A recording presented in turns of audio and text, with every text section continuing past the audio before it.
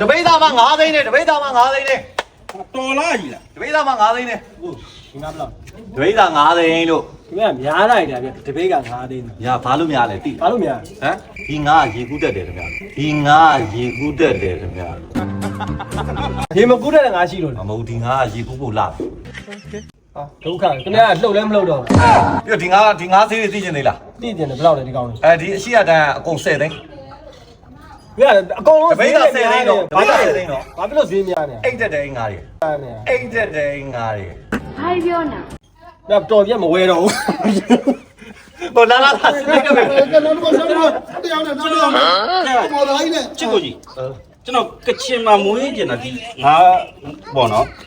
အားဆိုတပိတ်သား30ကောင်ရှိတယ်ကိုကြီးမို့လို့ကချင်မို့လို့ဗျာကချင်သားကြီးမို့လို့ကြော်ရှော့ပေးလိုက်ဒီကောင်ဆိုရင်6ခေါက်လောက်ရှိမယ်ဆိုတော့380လောက်ဟုတ်ကြမယ်တိတ်တော့